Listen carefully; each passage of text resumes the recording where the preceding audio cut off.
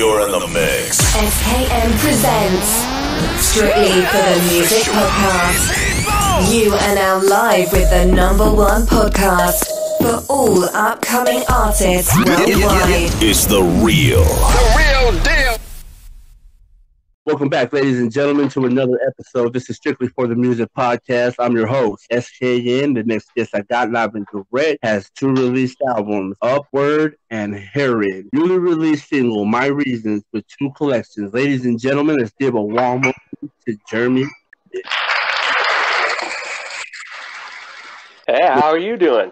I appreciate you coming on the podcast. I'm doing wonderful. I'm glad that we have a chance to connect, man. Man, do you want to start off by letting the audience know about how you describe your music? Sure, I'm kind of a hybrid reggae feel. So, and I didn't think of myself as strongly reggae, but it kept getting pointed out to me actually over and over. So I finally just accepted that. But I might be, if you went to a Slightly Stupid concert, maybe I'd be the kind of guy that would open for that. I got lots of blues riffs. I play primarily acoustic guitar. I do play electric guitar, but acoustic is just my favorite. I like that feel, and so I get a lot of acoustic riffs and an acoustic reggae feel. All right, man, that's wonderful. Let me ask you this, man. So making your first debut album, that would be Upward, correct? I got one before that, but we can roll with that. Yeah. Okay. Well, why don't you just let us know your first debut album, how this creative process was going, and what was you going through at the time when you were making this album? Yeah. So my first album is actually called Launch, and it's was kind of experiment. So I'm older. I'm 43, and I made a run for the music scene back when I was younger. And I didn't make the cut like so many of us. I got over here to Seattle, where I live now, and I got into the mix of the music scene over here when it was going off. I was in the right place at the right time. Everything awesome that was going on the radio and MTV was coming out of Seattle. So I was here. I got in the mix. I just didn't get where I wanted. Life had its way with me, and I ended up doing some, having to pay bills at some point. So right. I fell into a regular job about when I was 30. And, there's just something about playing music, though. You got that itch or you don't. Some people got that itch. I got that itch. You look at guys like Johnny Depp, for example. He's in a rock and roll band. Why? He doesn't need to be in a rock and roll band. That guy's a millionaire. What's he doing playing in bars on the week? He's got the itch. Look at Steve Martin. He's an actor, made millions, made tons of movies, quits his acting job because he wants to play banjo. He won't even take an interview now because he likes being a musician. Anyhow, I got that bug too. It drives me nuts if I'm not creating. And sometimes you can't put your finger on what it is that's bugging you. But I got around to just kind of playing around in my garage a little bit about 8 or 9 years ago, playing the guitar again and doing some recording. And it just instantly, I knew what I had been missing. And I thought to myself, I'm going to take a run at this again. And I'm not going to worry about being the next Soundgarden, the next Alice in Chains, which those back in the day, that's what was awesome. That's what I was chasing. That was the kind of sound I was chasing back then. I'm not going to worry about any of that. I'm just going to have fun doing what I'm doing. And that's why I called that first album Launch. It was like a rebirth of here's what I'm doing now. And I knew it was going to be rough. And I knew that after I got a couple albums out, I would probably look back at that first album and think, that's not what I'm doing now. But that was okay. It was my launching point. And so I recorded that album. It had, I think, 6 tracks on it. And a couple of the tracks are actually the stories of me moving over to Seattle and what I went through. And I try to stay upbeat and positive in my lyrics and my songwriting. And so that's what that was about. It was kind of a milestone for me to publish something. And it was a whole different age, because now you can get on. At that time, I was using CD Baby. You can publish stuff directly to the internet. You can get on Spotify, and you feel like you've published an album. Back in the day, you couldn't do stuff like that. So that was a lot of fun getting that published, and exactly what I thought would happen happened. I think I got like 2 Spotify listeners, and that was probably my mom and my little brother. And I got an older brother too, and he probably didn't listen to it. No, I'm joking. Right. But but I was having fun again, and I've been a musician my whole life, pretty much since I found a nylon string acoustic guitar in the attic when I was about 10, and my mom said, "Oh, now you're going to lessons," and I did the whole thing, man, wearing a little suit and a tie and playing at Simon and Garfunkel at the spring recital at school and all that stuff. And I've listened to a lot of different styles. Back in the 90s, I was all about the Alice in Chains and the Soundgarden and the Pearl Jam. And I really liked the hip hop and rap elements that started coming out in the 90s. And there's not really a type of music that I didn't enjoy listening to and stealing elements from. And you started to see that in my next album, Upward. And that was supposed to be actually obvious within its own name. At least it was obvious to me. It was my upward trend from my launching point, and that's why I called the second album Upward. And it started incorporating all these sounds I thought were cool. I left behind me the idea that I wanted to sound like anything. I didn't care about trying to end up fitting into a genre. I just wanted to make music that sounded cool and incorporated elements from electronic, from reggae, from all these different styles that I had heard that I liked. And I wanted the lyrics to be impactful and meaningful. I wanted people to listen to the music and think, that is cool. I haven't heard anything like that before. That is different. That is cool. And I wanted them to then think on the lyrics and go, God, that guy's saying something. That's cool. So I really took my time and focused on all the different aspects of the music and the lyrics on Upward. And I still today listen to Upward, and some of those tracks, I don't really care what anybody thinks about them. I think to myself, man, I'm going to be laying on my deathbed thinking that was a great track. Right. And what more? That's amazing, man. Yeah. What more can you ask out of your? Because you make music. You're so critical of yourself. Right. You could definitely over-listen to your own music. I got to take breaks from my own music when I start hating it. I was working on a mix last night, and it was like the 50th time I'd gone through this song, and I just started to hate my own song. I thought, man, I can't listen to this again, or I'm just going to delete the thing, I took a break from it, and then I go back and listen to it again this morning, and I think, man, that thing is great.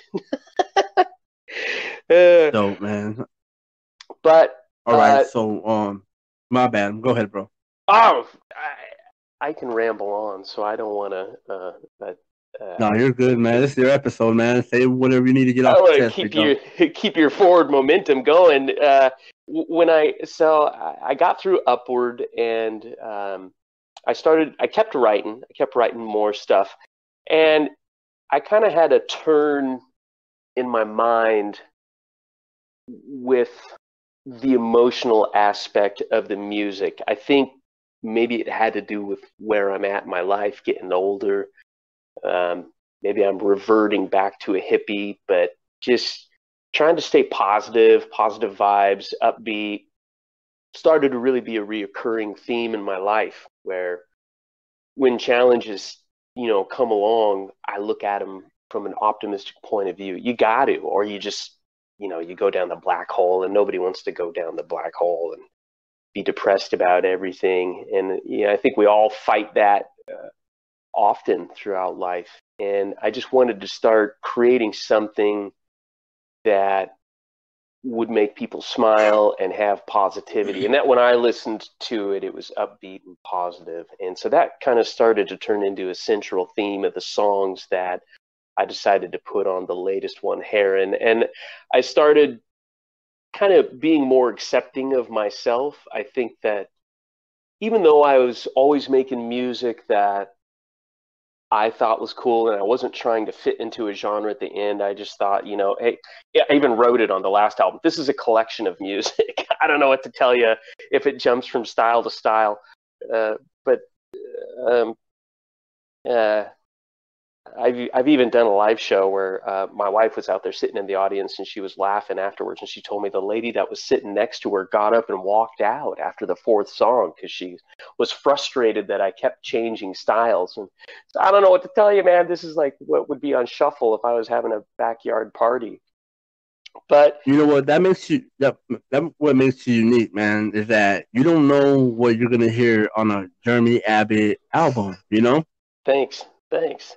Yeah, I like a lot of different styles. I think the common theme you're going to find more recently is a little bit of roots reggae messaging, which is introspection, like the Long Way Up the Mountain track I put out. That's pretty obvious about allowing yourself to, the lyrics are about allowing yourself to make mistakes and not being hypercritical of yourself. Because if you are, it's a long way up that mountain to be carrying that guilt on your back. And so that's an example of the type of lyrics I've been trying to write now for the last album and for moving forward, and just trying to be a piece of a positive vibe in the world, and have people come to me when they want to smile and they want to have a good time. There's plenty of depressing music out there that the other guys are writing. Right. All right, man. I'm gonna ask you one question, man. Can you give the audience a walkthrough on how you came up with One Friend on your debut album? Easy. Well, first of all, I'm going to tell you, we all are influenced by other artists, right? And sometimes you hear something and you think, man, that was put just perfectly. Sometimes you're reading in a book, and One Friend is actually the core of the idea is from Keb Mo, who's a artist. And he has a song that has a similar refrain about you only need one friend. And I thought that was such a simple, elegant idea. I loved it. And I wrote it down in my little journal of ideas. And I wanted to kind of repeat that message. I just didn't know how to put it into a song. And I think that sat in my ideas list for probably a couple years till I came up with that guitar riff. And as soon as I had that guitar riff going, the words just spilled out. And so the way I write music is I try to think of the hook, the chorus first. And this is actually, I came to this about 5 years ago. I have found a lot of people, when they write music, they try to invent the first stanza first. You know what I mean? Say you're listening to a hip hop beat. The first thing you try to invent is the first phrase. Well, the problem with that is, I find, for me, I'm the most creative in that first 30 seconds when the field's wide open. You could be saying anything. And usually that first thing I say is the coolest thing, and I wind up thinking, God, that should be the chorus. I say the coolest thing, and then I can't figure out how to put a hook after that. So I've learned to write the hook first, and then sit there and think about what the lyrics should be about, and make sure all your lyrics point back to the hook. And that's just good songwriting structure now. Anyway, I finally learned that all your lyrics and your stanzas, should point to the hook, so that when your hook hits, not only do you elevate it musically, so it's, obvious from a sonic standpoint, here's the hook, yeah, this rocks, but it's saying the thing that all your lyrics have been pointing to.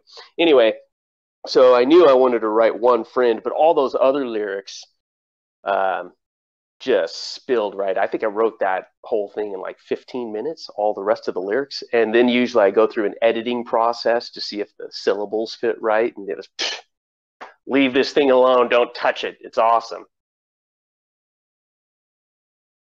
Dope. All right, man. All right, so man, there's another song on Launch that you did called Love Gravity. Yeah. Yeah, so that's about comparing gravity with love. And gravity's a funny thing. It pulls the entire universe together. You don't have to do nothing. And it's funny, we don't understand gravity and we don't understand love, but nonetheless, you can't deny it exists. And if you don't do anything, it will just work, and it just brings things together. And that's one of the hooks on that one is love's gravity will pull you towards me, because that's the natural state of all things. I like those lyrics, and I like the beginning. And that song actually blew my YouTube channel up in a funny way. And here's a lesson for you guys. The beginning of the song goes 1, 2, 3, 4. It counts. And so I made a YouTube video, and I made a lyric video, and I put the numbers on there. And it got hooked into an algorithm. All of a sudden, I started getting tons of followers from Mexico. And I thought, that's because it's reggae. And they love reggae down there, I think. And I think I'm blowing up. This is so cool. And you know how on YouTube you'll get notified when somebody starts following you. So I started creeping on the people that were subscribing to me. And I started finding, it's weird, everyone that is subscribing to me also is subscribing to learning colors in English. Learning how to count in English. They all appear to be trying to teach babies numbers and counting. And it started spiraling out of control. Like I was getting 20, 30, 40 new subscribers a day, and they all were this exact same profile. And then I noticed they started not liking my other music, and I logged into a incognito browser in Windows, and I looked for my song, and I discovered I had been placed in recommended videos for learning how to count in English. So they were loving my video and showing it to babies to teach them how to count in English, and they hated all my other stuff because it wasn't teaching them how to count. Right. So I got up to like 2,000 subscribers, but they were starting to hate all my other stuff. So I ended up having to take that video down just so that would stop happening. And to this day, I've got about 3,000 subscribers on my YouTube channel, but I think most of them are from Mexico and wish I would post videos on how to count. Oh yeah, man. That's dope. All right, man. All right, so let me ask you this, man. On that particular album, what song means the most to you, man? On One Friend, there's actually a song called The Banks. Well, actually, close call. One Friend, even though the name's inspired by that Keb Mo song, I really had my best friend in mind when I wrote the rest of the lyrics. I thought to myself, what would I say about all I want out of life is to have a best friend. And so that one means a lot to me. I think about that every time I play that song live, and I play it live all the time. But probably Close Finish is the last song on there, and it's kind of a sloppy song. It's not produced very well, but it's called The Banks. And it really represents how strongly I feel of how the lower class gets taken advantage of in today's system, and especially by the banks. Any town you go to, I guarantee you the nicest building there is going to be the bank, and there's probably going to be more than one of them. And rich people and people with great credit, they can get loans for like 2% interest. But why is it that people that need the money get charged like 10 and 20% interest? And anyway, the entire song is actually a rant on the banks and taxes and how the entire system is set up to feed off the lower class. And anyway, it's frustrating, but I still listen to that song today and listen to the words and think, God, I nailed that one. That's dope, man. Hell yeah. Okay, man. So man, you started music way before BandLab. Like, was this something that you developed over the years, or you just found BandLab? Like, how did all this stuff come to where it's at right now, man? Well, yeah, it's funny. BandLab was gonna happen. I've been playing music since, rotary phones, but when the internet got going, BandLab wasn't the only one with the idea of a social platform where you could actually share music back and forth. And it's really amazing what BandLab has become. But already digital audio workstations existed, and everybody had, they either had Logic. A lot of the recording studios have Logic or Pro Tools, they call it now. I had Cakewalk, and Cakewalk was Right. Gibson Guitars actually owned Cakewalk. And so back when we had CD players, I ordered it online and I got the CD and I put it in the computer, and that's how I was recording and publishing my music. But then Gibson, when was that? I want to say about 10 years ago, Gibson filed for bankruptcy, and they sold a whole bunch of their components of the company in order to reorganize, as they call it.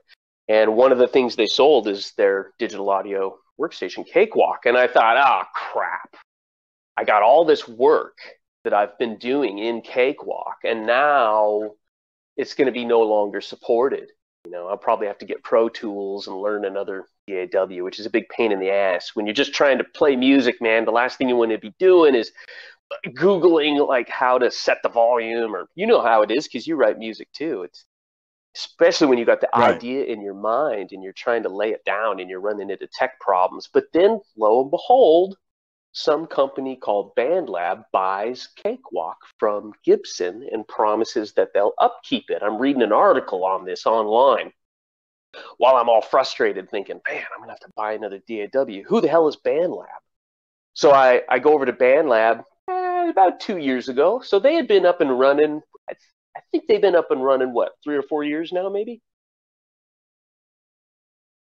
I'm barely new to this BandLab, bro. Yeah, they were up and around before I got there, but I came there to see who the new owner of Cakewalk was and whether they were going to continue to maintain Cakewalk.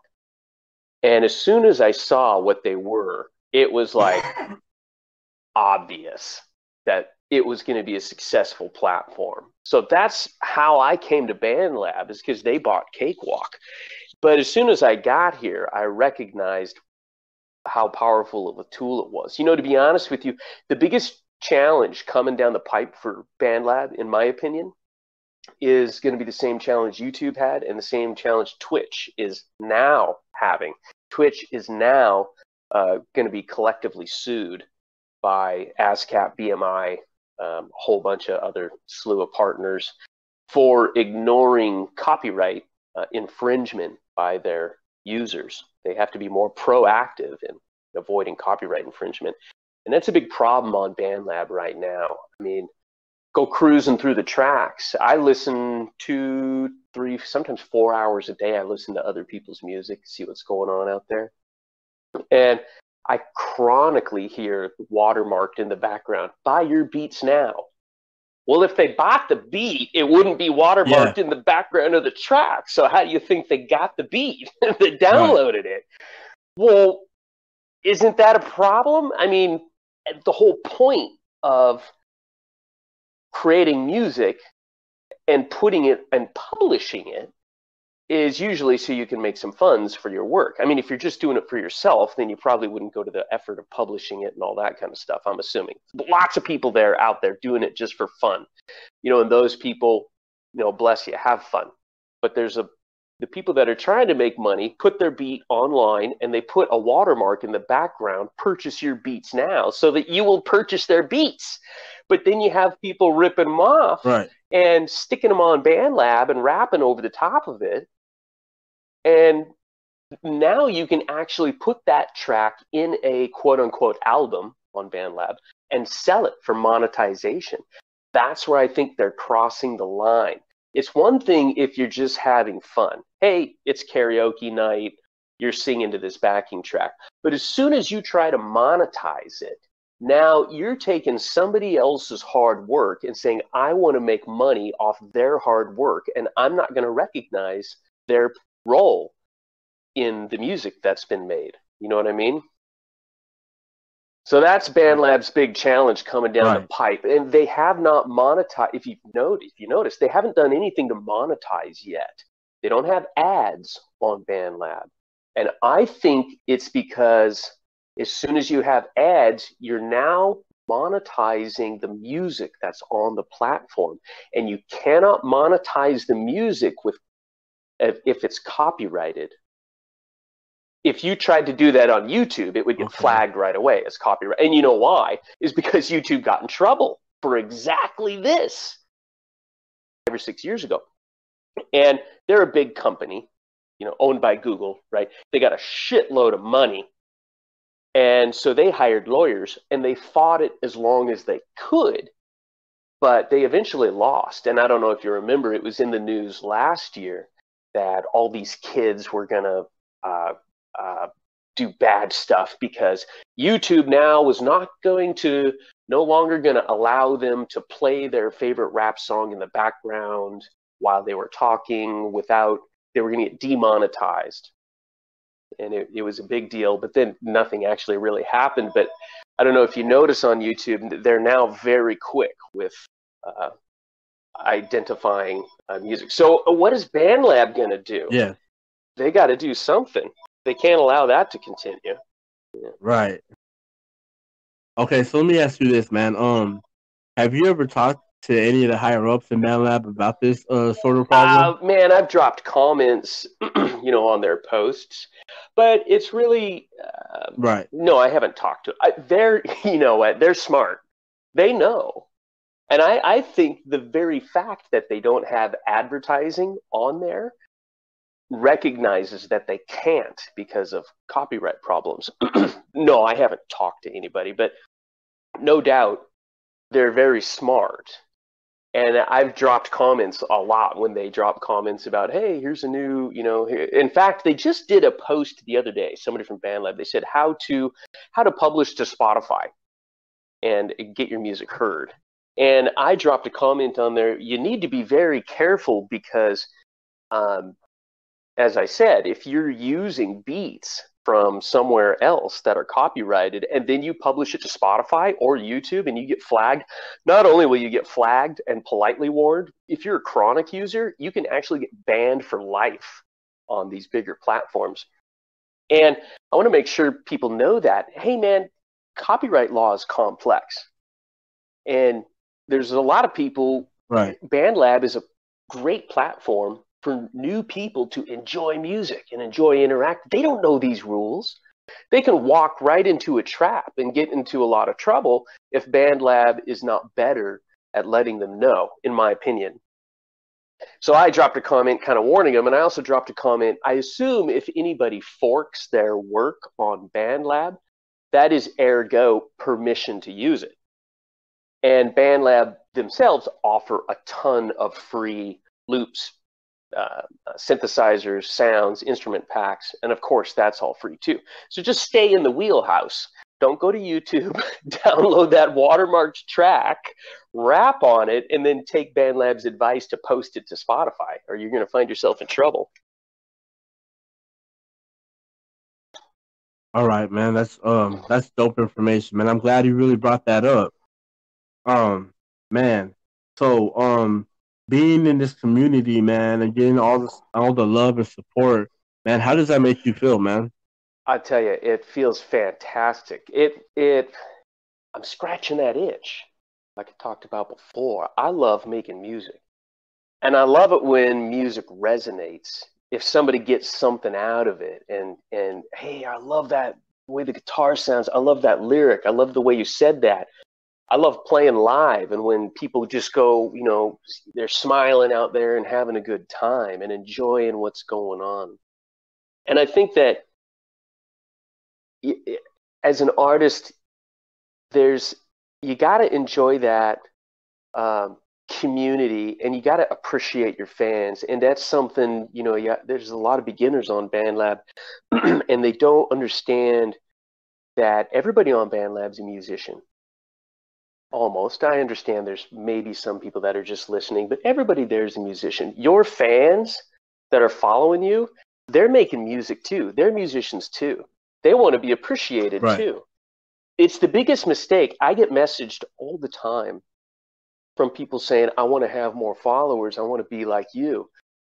Well, the biggest tip I can give you is engage, be part of it. The biggest mistake you can make is post a track and then just sit back and sit on your hands and wait for it to hit.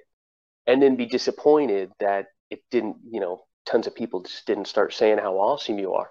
Not only is it true in BandLab, it's going to be true on every platform out there. Instagram, Spotify, Twitter. It's true when you play live.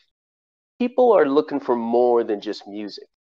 I feel awesome about the music I create, but I also understand there's a whole other side to the coin to be successful. And there's a big secret.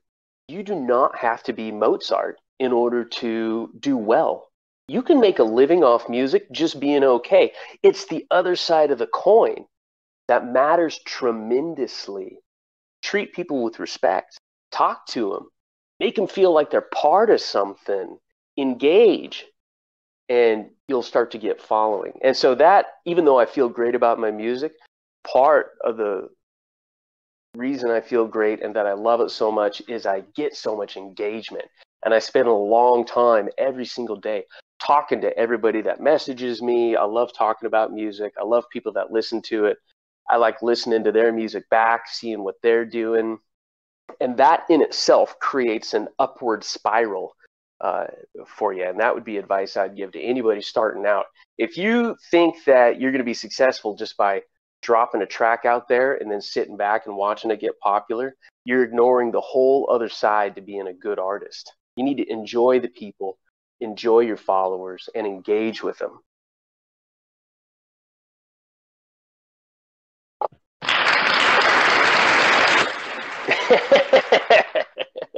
Man, that was some dope advice, man. For real. I think that's I love your sound effects. That's great.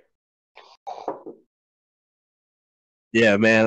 Man, that's real talk that you just said that, because that's what it's about. It's about engaging with the other artists, listening to their music, and letting them know what you like about their music and giving them genuine feedback, And I'm glad that you really put that out there for every artist to know that, man, because you know what, BandLab is a platform for musicians to create, not just followers where they're just fans of your music. Like, you know what I mean? It goes both ways. That's why follow for follow and those kind of things are going to ruin your algorithm. You got to watch out for that kind of stuff. Don't fall for that trap.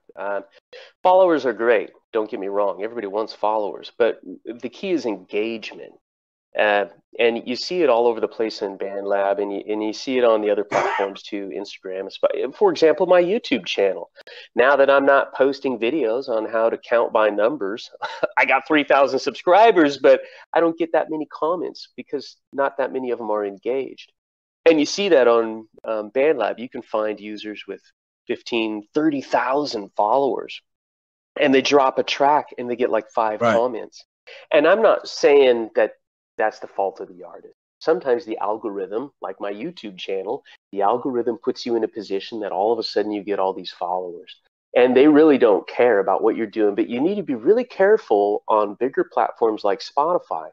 If you do follow for follow, and those other people that are like, so let's say you're a reggae artist, and you think you're going to get a bunch of followers doing follow for follow, and that's going to mean success for you. So you start getting country people following you, classical people following you. Well, the Spotify algorithm is going to say, okay, so people that like country and classical must like your music.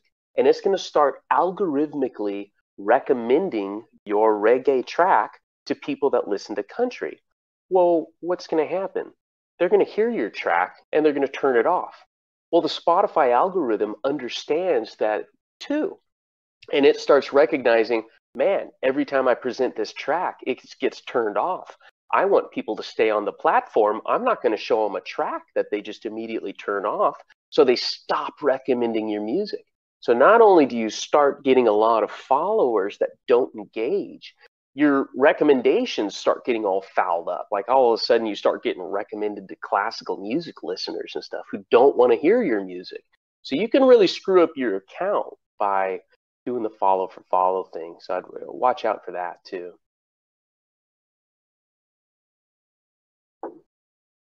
Oh yeah, big dog.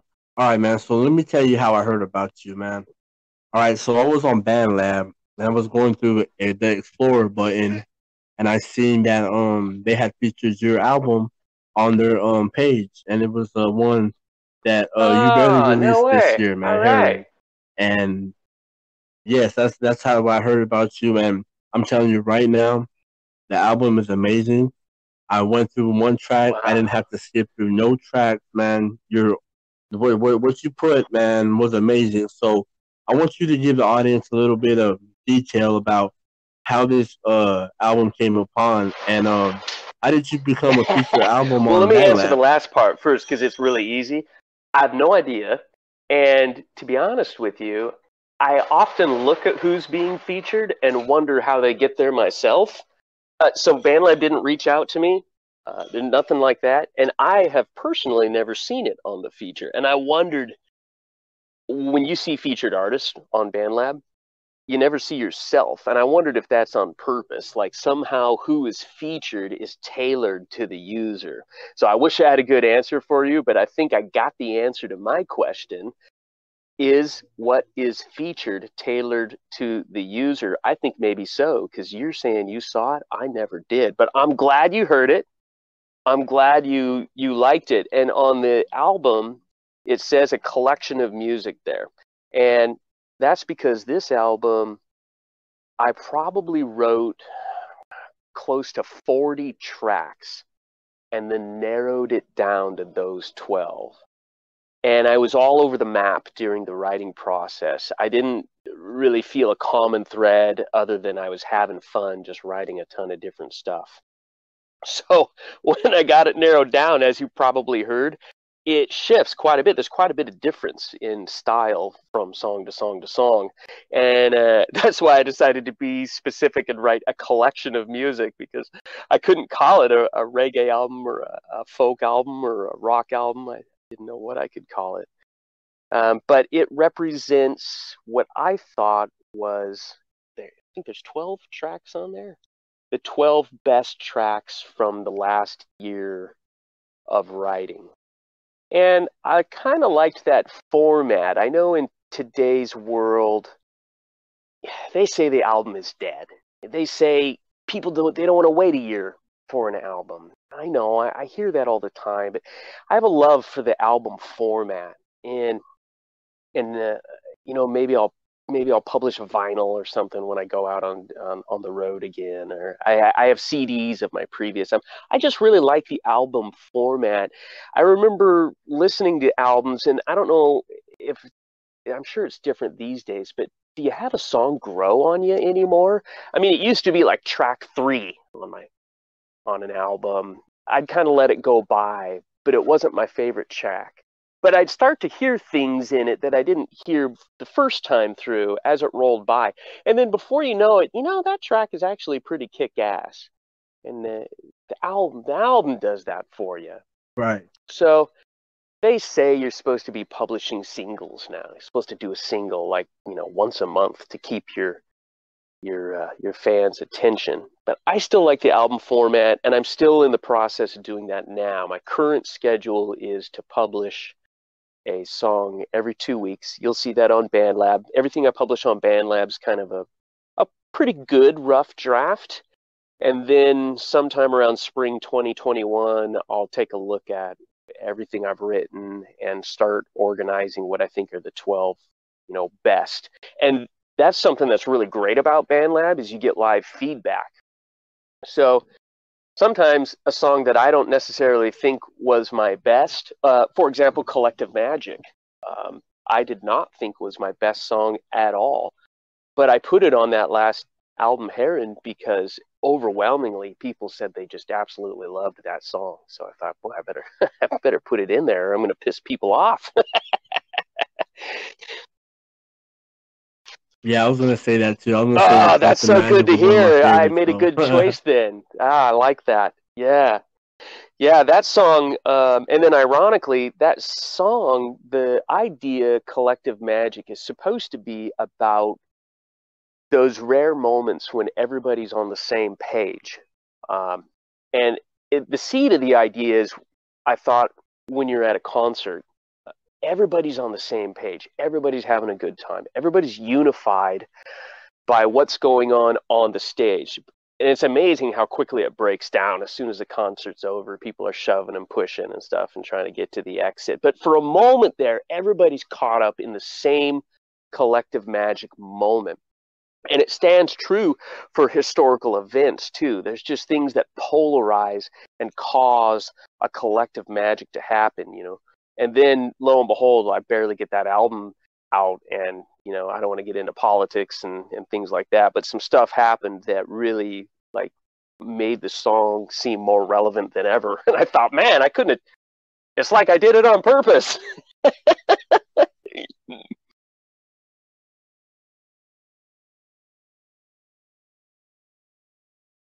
All right, man. Let me ask you this, man. So, you doing music and everything, and you said that you got a couple lyric videos on your Yeah. YouTube channel, and it started blowing up.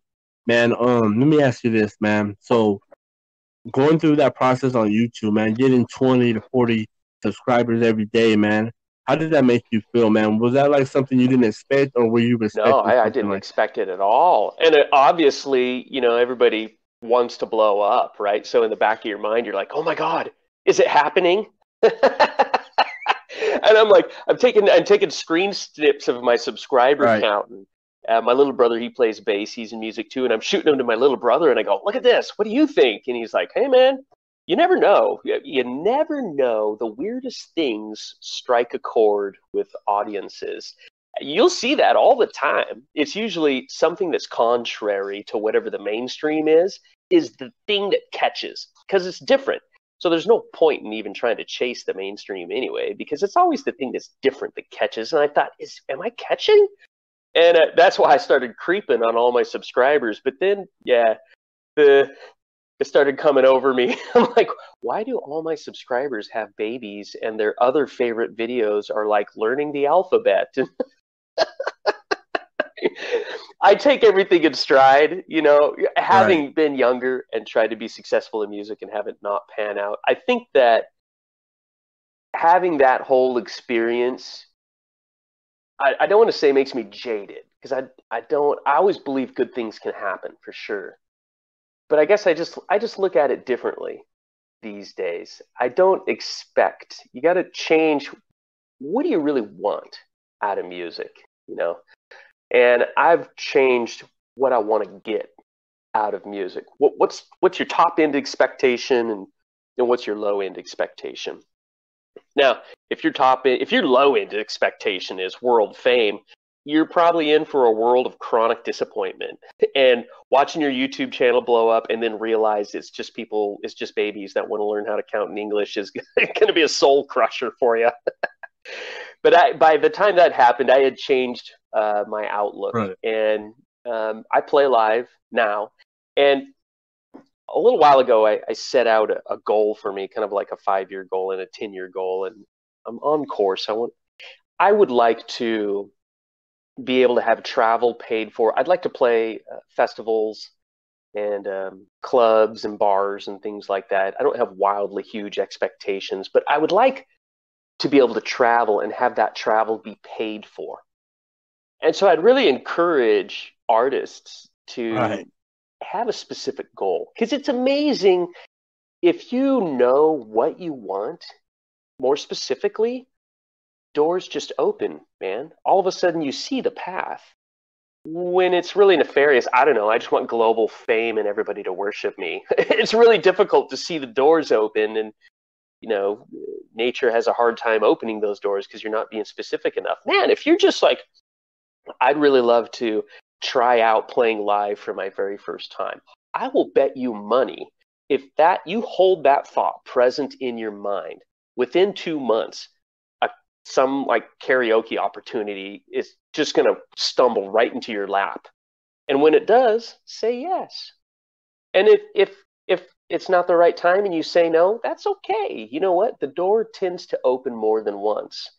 But if you keep saying no every time it comes up, pretty soon life figures out that evidently isn't something you want, and those opportunities stop coming. But so I had readjusted what my goals were. So the idea that my YouTube channel wasn't suddenly going to get 1 million subscribers didn't crush me. What I really want is I want people to buy tickets and see me play live and put on a good show. So I work really hard at the whole hidden aspect that you don't really see on BandLab. You might see it on my YouTube or my Instagram, where I post videos, and I work really hard on my presence, how I perform live, and how does that make people feel. Because once again, when people come to see you, music's only about half of it. They're there to have a good time. Are you helping them have a good time? Yeah, the music is part of it. But you can be a fantastic music player and get no traction because they might as well just be spinning a CD, because you're not doing anything. You don't have a show. I've learned that over time too. And lately, right before COVID, man, I felt like I was doing pretty good. My phone was really starting to ring. I was getting 2 or 3 calls a week, or 2 or 3 shows a week, and making enough money. Now I have a day job, and I know that's one of your upcoming questions. Of course I do. I got to pay a mortgage, and I got kids and that are in college and stuff. But my specific dream, because you be specific and the doors will open, man. My specific dream is I would like to retire as soon as I can and switch over. My retirement would be switching over to playing music full time, because that's my hope. And it's never too late. That's hey, I'm dope, a lesson man. learned. I know most people are attracted to the idea of fame and fortune, and when you're 20 or you're 15 or you're 30, that's what they're going for. But I guess I've already been saddle broken, had that dream crushed. So I've lowered my expectations. But you get older and you realize, well, fame and fortune doesn't make you happy either. Just trying to remember that comedian. He's on Saturday Night Live now, Jim Carrey. Jim Carrey has tons of lectures on. He'll be the first one to tell you he's had all the money you can spend. You can't spend it all and be incredibly depressed. So you want to be a little more specific. What do you want? Anyhow, boy, I'm really running you on. Sorry, man. Right. No, you're right, man. All right, so I got the next question for you, man.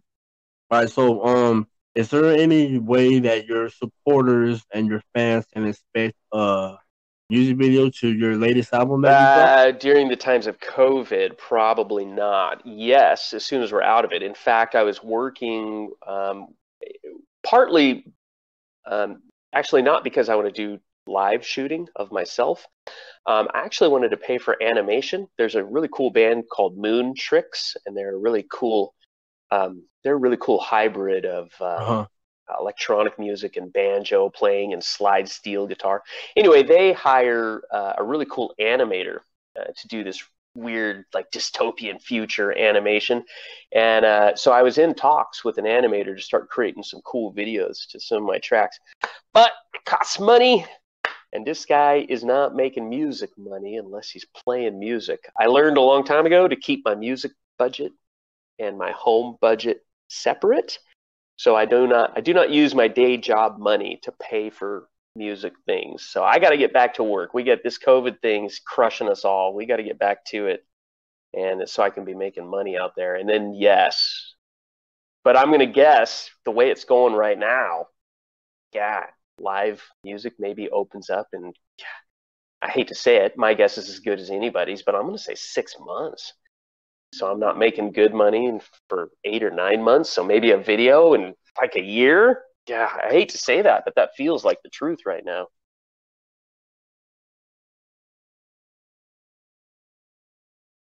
All right, man. So let me ask you this, man. What was it like performing for the first All time? right. Everybody that's scared of performing, yeah, you're damn right. It's scary. I played, so now crossing out high school, and when I was younger, I don't know what it was. I just was impervious back then, but I was faking it. I was trying to sound like other people. I was a whole different music genre. Coming back to it 5 years ago, my first gig was at the sandwich shop 5 miles down the road from my house. I think 4 people showed up, and they were eating like a turkey sandwich and drinking a Diet Coke. And I'll tell you what, my knees were knocking and my voice was trembling. It was scary. And I don't know. I did my show. I rehearsed the hell out of it. I screwed up. And that's something too. You might as well just acknowledge up front that you're going to screw up. Just how are you going to deal with it? Don't let it, stop the show and be obvious. Just laugh about it. Give the audience permission to laugh about it by you laughing about it, and go right on through and keep cruising. But that was the worst nerves I had that first one, and I probably had a good state of nerves for a year after that. Every time I played, maybe there was one more person than last time. And after about a year, I realized those people are there with me. They're not there to just stare at me like I'm a spectacle. They're there to party with me. It's like I'm the leader of the party. And it changed how I looked at performing. More like we're all in it together. Let's have fun. People laugh because a lot of times if I screw up, I laugh and I'll say, it's just us guys. Well, there might be 200 people there, and they laugh because they're like, what do you mean it's just us? Well, I mean just that. It's just us. We're just all here. It's between me and you, man. We're just having a good time. Don't tell anybody I hit the wrong note there, and I laugh and go on, But do it. If it's part of your goal set to become globally famous or anything like that, do it. Go do the open mic. There's no secret to not being nervous. You're going to be nervous. That's okay. That's fine. Everybody there is nervous. Just go do it. Do it again. Do it again. Do it again. And eventually you get kind of used to it and you start having fun.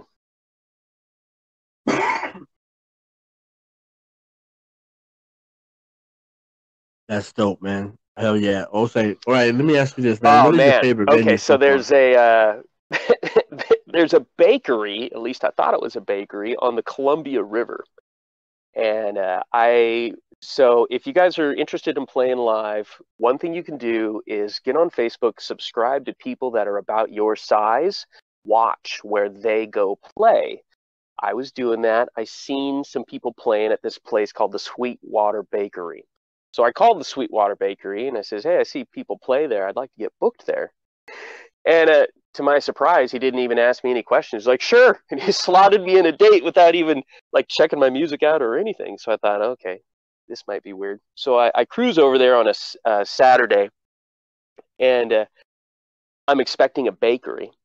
I have no idea why they call it a bakery. There is a bakery, but it's like inside. It's small. The thing is got a huge back yard, I guess you call it, a big fenced in area with maybe 30 picnic tables, a nice big stage, and it's on the river, and there's a hydroplane race going on the river that day, so it's like packed. So I show up, I start loading all my stuff in. It's really busy. Normally I shake hands with the owner and stuff, but it's busy. Nobody came out to talk to me. Where the stage is obvious, so I just thought, I'm not going to bug anybody. I'm just going to set everything up. I just start playing at 7. Still hadn't really talked to the owner or anything. We had agreed to start playing at 7, but it was a packed house. Everybody was into it from like minute one. First reggae song I drop, everybody's just like, yeah, and starts partying. And about 2 hours in, and I play nonstop. I don't take any breaks or anything. I need to start. My wife tells me, you got to take breaks because people like to come to talk to you. But anyway, I'm at like hour number 2, and the guy comes up and he says, can I say something? And I said, sure. I don't even know who he is. It turns out he's the owner. And he gets in the mic and he says, this guy, can you believe this guy? This is just nothing but awesomeness, man. He's been here playing 2 hours straight. This guy kicks ass. We love this reggae. Buy his shirts, buy his CDs. And everybody just got into an uproar and started. I tell you, I had a $300 guarantee. I probably sold $400 or $500 in merch that night. And I played another hour after that. And I was just held up, loading my gear out that night. Everybody wanted to talk to me. Everybody had a good time. It was probably my favorite show, not just because I made a lot of money, but I met a lot of people that were like, we don't get this kind of music out in this part, man. This is awesome. And they're just excited to have me back. I was looking forward to going back there this summer, but COVID. So that was probably my favorite show.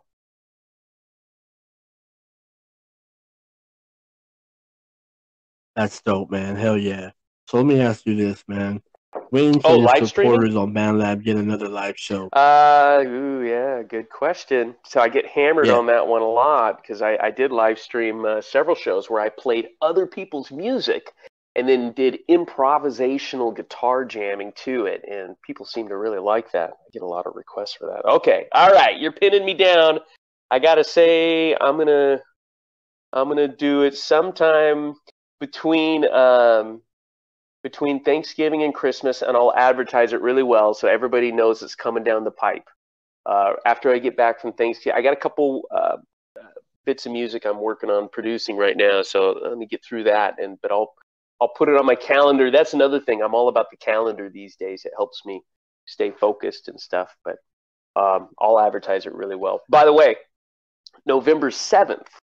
There's going to be a live stream that's put on by Aurora Borealis, and that is a club in Seattle. And some of the venues here in Seattle have elected to continue operating their music capacity. They can't have anybody in there, but they're booking musicians. They booked me. I went down there. I did a show. I did a 2-hour show. They recorded me with like 6 cameras and the smoke machine and the lights and everything, just like it was a regular show, except there was nobody there.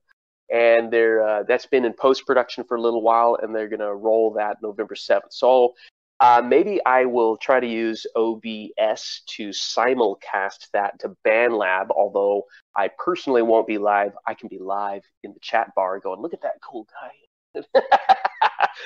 But I will try to do a live stream. I hate conditional statements. Don't do it. Take away. I will try and replace that with I will do a live stream sometime between Thanksgiving and Christmas.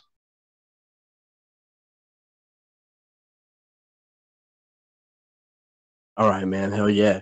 All right. So on your upcoming projects, man. Oh yeah. I got collabs in the works, man. I got some cool stuff coming up. So, and like I said about the schedule, you can expect a pretty regular production from me for quite a while. Every other Friday, I'll be dropping a new track.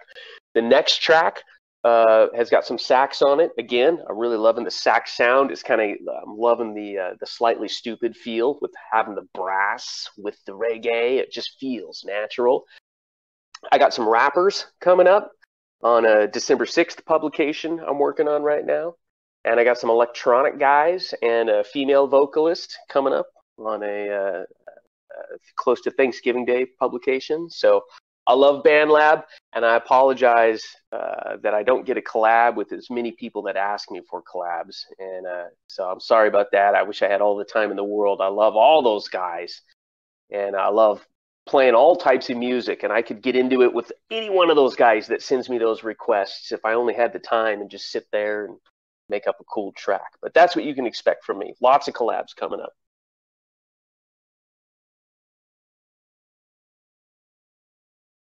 Oh yeah, man, that's dope, bro. So if you could collaborate so I was thinking about that musician, dead or alive, who would it be and why? I'm gonna say something kind of wacky, and I'm gonna say I was gonna say Frank Zappa. I'll just stick with it. Go with my gut. And the reason is that guy had no boundaries. And I love that. I just feel like, and I don't know if he would probably be an asshole and not want to, like, give on anything. Probably it would probably burst my bubble. But the Frank Zappa album, they're all over the map. The type of sounds that come in, and I don't even care what would even come out of the collaboration. I just think it would be awesome to be sitting behind a soundboard with that kind of mind in the other guy, thinking, let's bring this in. Let's see how it sounds if we bring this in. Let's bring that in. Because that's how I think all the time. I play my tracks over and over and over and think to myself, what's it missing? Where's the groove? And I don't care if I feel like the groove is an electronic subwoofer. If I think that's the right thing for that spot, I'll do it. Frank Zappa, he was great at that. And still is, great at that. All right, man. Hell yeah. All right. So, what makes you different from? That's always a tough one, right? musicians? It's a pat yourself on the back moment a little bit, I guess. Besides my style, which speaks for itself, I think, which has taken me a long time to get into my own style. I would say my lyrics. There's a couple songs where I don't worry about the lyrics too much, but most of my lyrics, I really take the time to have them be meaningful. And that once somebody has gotten tired of the music, and let's be honest, that happens, the lyrics, they don't fade away, man. When you think of your all-time favorite songs ever, you usually are not thinking about that bass line or that guitar line. You're thinking about that hook and what it said and probably what it meant. And I take a lot of time crafting my lyrics. And when I cruise around BandLab and when I listen to the radio, I often don't get out of the lyrics what I wish I would get out of the lyrics. There's some really great bands that take their time writing really great lyrics, and those bands usually stand the test of time. And if I were ever to stand the test of time, I hope it would be because of my lyrics and my weird-ass voice. And I'm going to tell you something right now. Somebody told me the thing you hate about yourself will become the thing that everybody else loves about you. And I hope that's true, because I never wanted to be a lead singer. Never. I always wanted somebody else to do it, but nobody else would. I was willing, but it's not what I wanted to do. I work really hard and I'm hyper self-conscious about my voice. So I get all these comments like your tone and yeah, I love this, I love that. And it just blows me away because I never think of that as my strong point for sure. I think my lyrics set me apart. And then byproduct, my vocal tone, I don't feel like that's a great thing, but other people, they say it is. So I take the positivity out of it.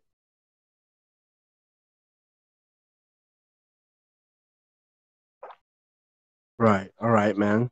So, who would be the audience you're trying to target? I'm going to your say music 30 to probably. Now we're talking like true demographical target. Most likely people to like my kind of music are probably going to be 30 to 50-year-old, nice 50-50 mix, male to female, people that enjoy good vibes, relaxing vibes, good messages, and yeah, I guess that's it. Sitting on the beach, listening to tune kind of vibes, which is not all the time, but hopefully it's most of the time.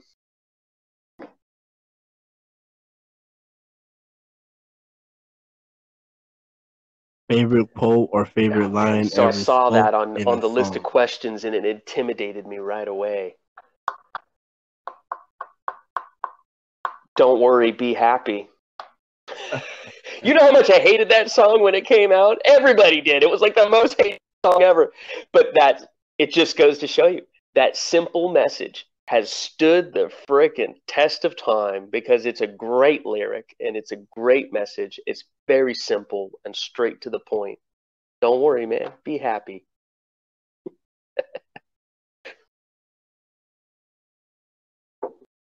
That's dope, man. Hell yeah. All right, Well, man. So, what is the history of where you're from, man? What was it like growing up? Idaho, in the wheat fields, and I used to walk through the wheat field down to the pond and go fishing when I was a kid. My family was Baptist, go to church every Sunday. My dad was a literal Bible interpreter, so he really believed the earth was going to end in plagues and locusts and fire and everything, and we got taught that every day.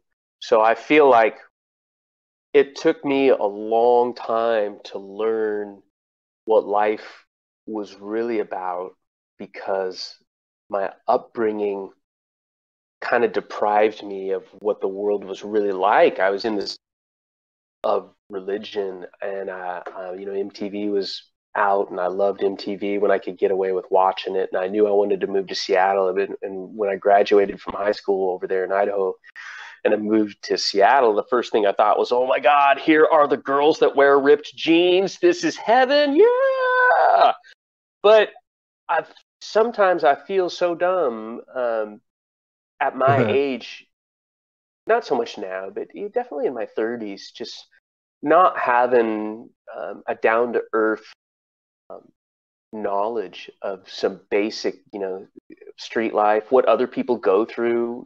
I didn't witness firsthand at all a hard neighborhood. I mean, I grew up pretty poor. I know what that's like. But I didn't witness like urban life, any of that. So I didn't feel, in a way, I just didn't feel qualified to like comment on anything that was going on. I didn't feel street smart, for a long time. I don't know. I guess I'm talking about my insecurities now, but that's how I grew up, pretty insulated and isolated in this Baptist bubble. And then once I got out of there and moved to Seattle, I kind of went wild and embraced, the music and everything that was coming out of Seattle. And, but at the same time, I had to get a job and all that kind of stuff. So my journey to try to succeed in music and just trying to succeed at life could have been so different, not to dwell on how we were raised, but we're all a victim a little bit of how we were raised. And you know what? Our parents were a victim of how they were raised too. You can't just blame everything on your parents. I mean, our kids are going to have some whole different standard of living, and they're going to blame us for being idiots and ruining the planet or whatever we did, So I don't blame it all on them. I just, my path, it took me a long time to get here, I think. If that makes any sense at all. Now, raising my kids, I really encourage them to do what you want to do. Go for it. You've got your whole life to fall into a desk job and not make it. Now is the time to take risks, and there's so little to lose. Go for it. Absolutely go for it. And the more I teach them that message, the more I realize, what do I really have to lose either anyway? Why don't I take more risks? And hopefully all of that is reflected in my music. I always build that into my lyrics, all those lessons I learned, the ways you question yourself. And I'm a lot more introspective now. I wish I had been more introspective. Just makes you a better, well-rounded person, I think. I don't know if I answered your question very directly. Sorry about that.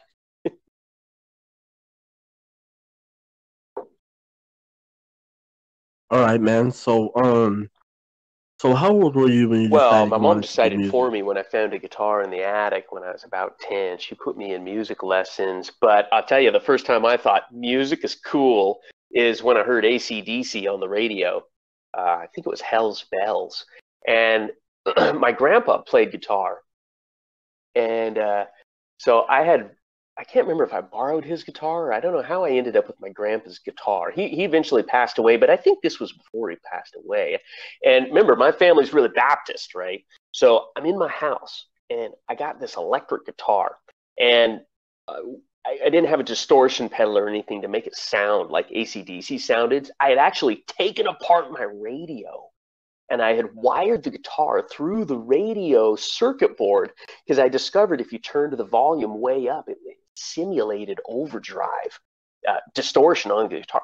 And so I'd figured this out, and I played the opening lines to Hell's Bells. And it was like within minutes, my dad comes marching down the hall. That sounds like devil's music to me. But as soon as it was forbidden, it was like the forbidden fruit, right? It was like, oh, this is awesome. I've got to learn how to play all these riffs, man. And then my mom would get me Guitar Magazine, and there was always guys like Steve Vai, Eddie Van Halen, and they always said, I don't know what it was about that era, but it seemed like the devil was really popular during that era. Maybe it was just symptomatic of my life at that time because we were Baptists, but Motley Crue had Shout at the Devil, and Ozzy was biting the heads off bats and was supposedly satanic, and it was just this weird big running theme back then. But I wanted so bad to break away from that Baptist upbringing and just like be, I didn't want to go worship the devil or anything. I just thought what they were doing was so cool.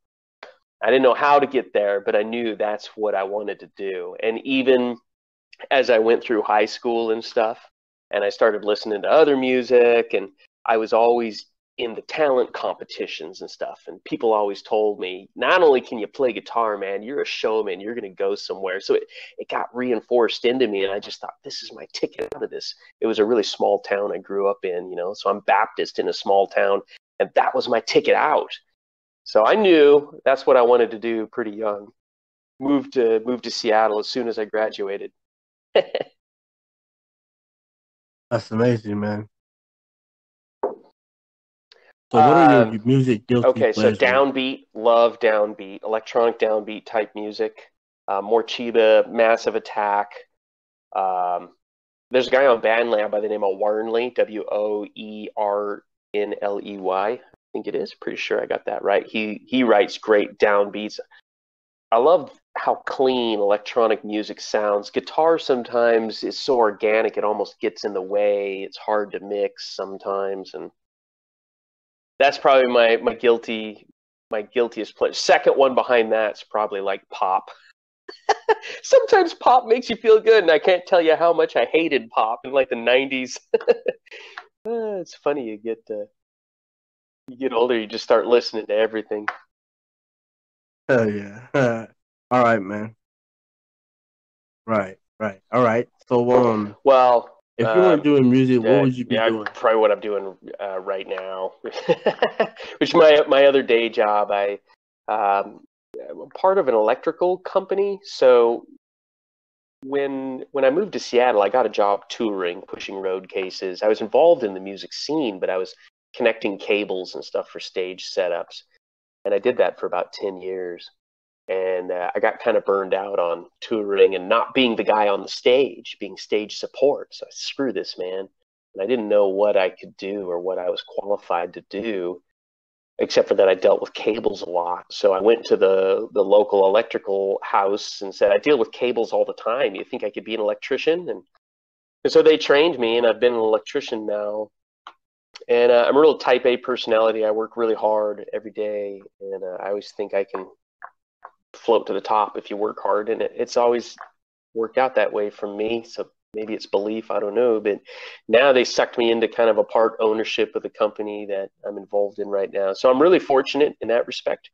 I'm blessed and I'm cursed. It's not everything that's cracked up to be, dealing with people every day. But I really like the business aspect of it. The business aspect of being involved in this company has opened my eyes to the business aspect of music more than ever before. The strong production schedule, cash flow, how to manage your cash flow, how to talk to people, how to cold call venues with confidence and try to get your booking. So I really believe if music wasn't there for me, I would have excelled at this. But there's no way music wouldn't have been there for me, because no matter what I do, man, it turns out to be a tool to move me forward in music. You know what I mean? Like, I have to do these other things, but then it turns out that's not the other thing I'm going to keep doing. That was just to teach me how to be even better at my next run at music. You know what I mean?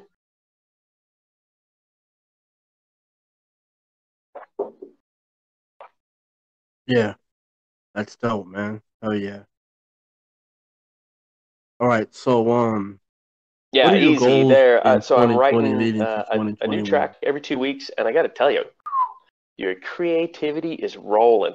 Now, asterisk by that, I always feel like whatever I'm doing right now is the coolest shit I've ever done. I don't know what it is about that, but it stands true right now. I'm going to write a new track, and these new tracks, I love listening to them. I think they're turning out awesome. The lyrics are flowing, and I read my own lyrics, and I think, God, I put that just right. I love the way that came out.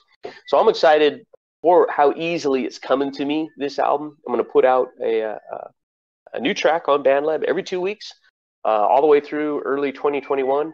And then I would expect to be in some heavy rehearsals, getting down whatever the 10 or 12 is I select to do live and publish an album.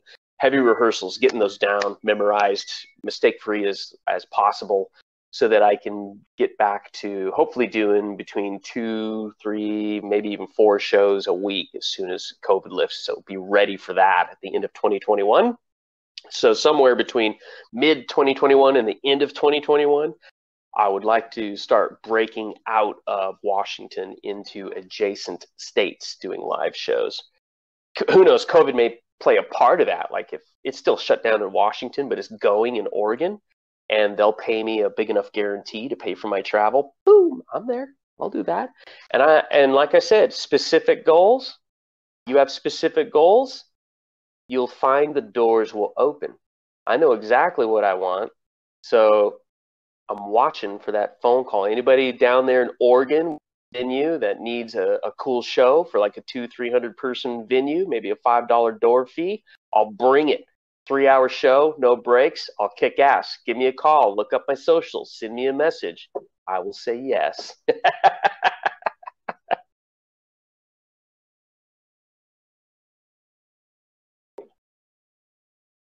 That's dope, man. All right. So, what is the best advice you've been given? Pardon me.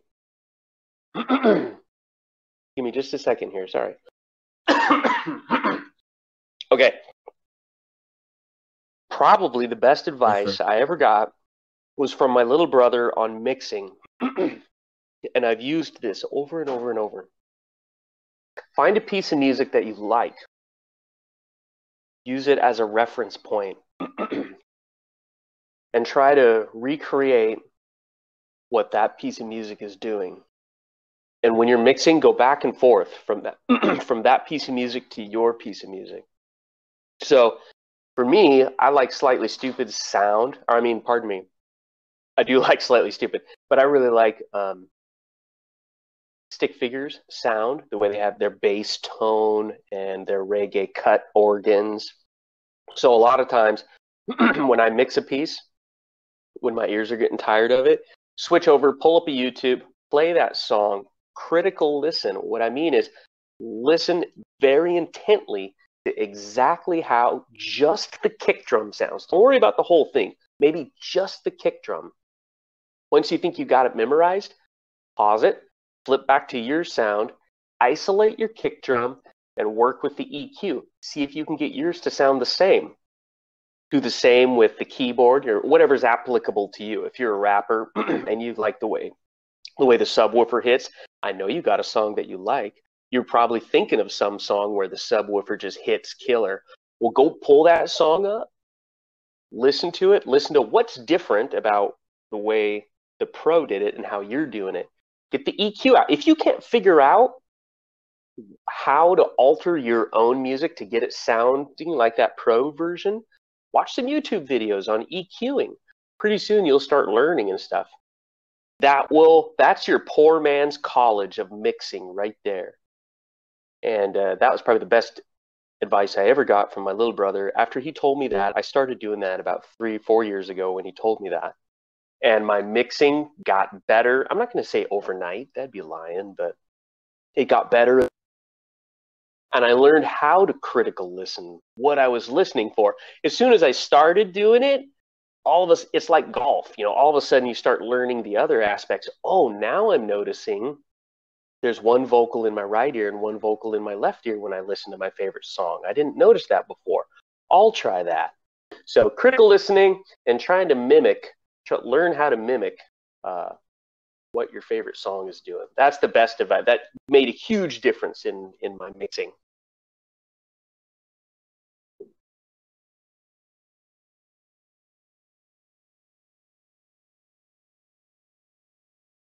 All right, man.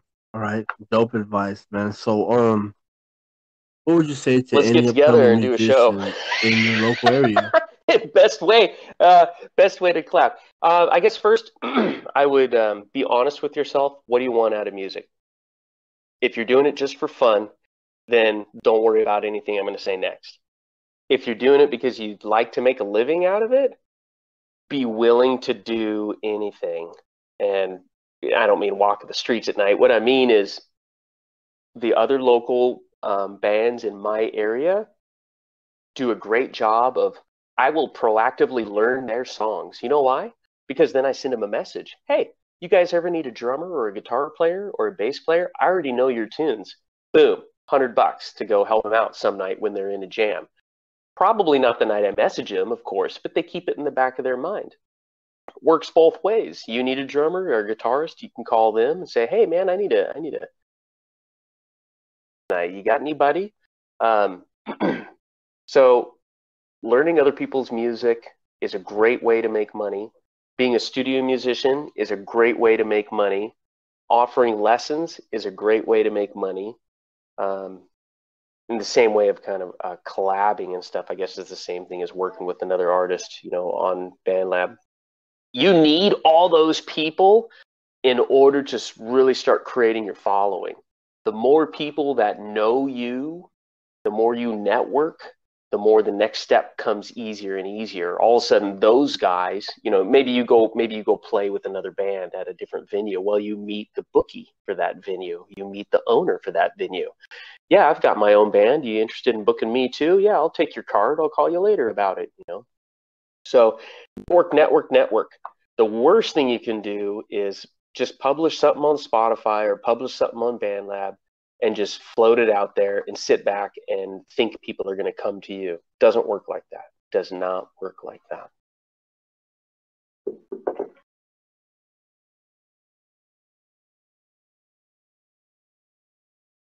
Dope, man. Hell yeah. All right, man. So from here on, 2021 well, actually, coming up. So how is your music there's going to a evolve? local musician up here. He's pretty popular, actually. His name's Heron.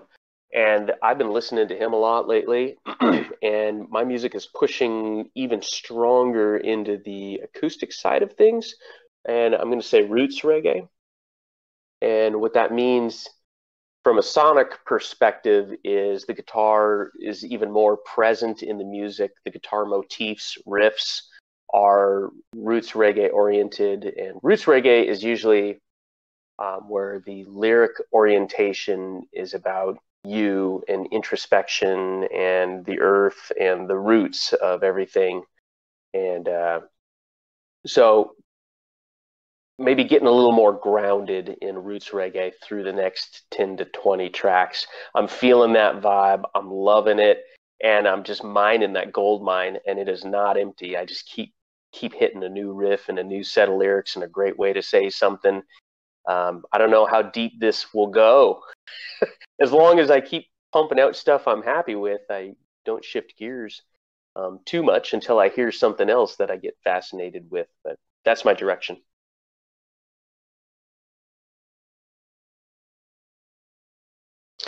Dope, man. You got any special shout outs you want to give? For taking the time to listen to my album, and I'm glad you enjoyed it and wanted to talk to me and letting me talk your freaking ear off. I looked at your average lengths of interviews, and I know I've talked your ear off because I know this is a long one, so I appreciate your patience with me. I don't know.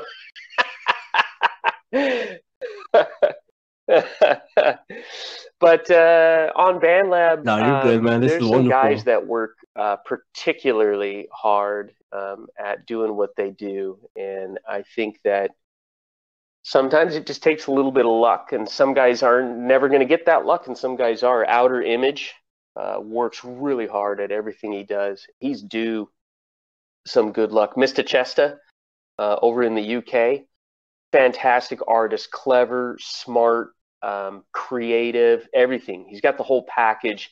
He's got everything he needs except for just a little touch of luck or some, maybe a business guy to come along and bless him and get him going. The M Project, unbelievably talented guitar player. I've done some collabs with him that are probably the most amazing work that I've done.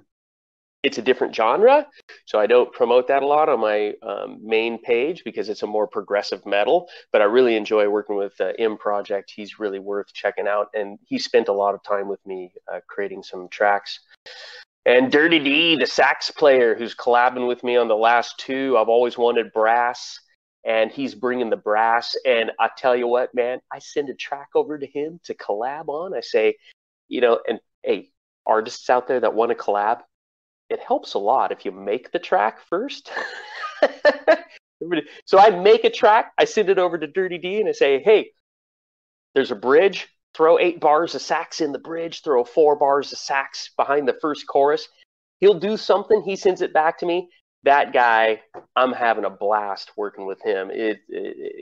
What I get back is like exactly what I imagined would be awesome, and it just tickles me pink to hear it. So those guys have made a big difference in me being happy with BandLab. If you haven't found those guys that are just awesome to collab with yet, be patient. They'll come along. They're all over BandLab.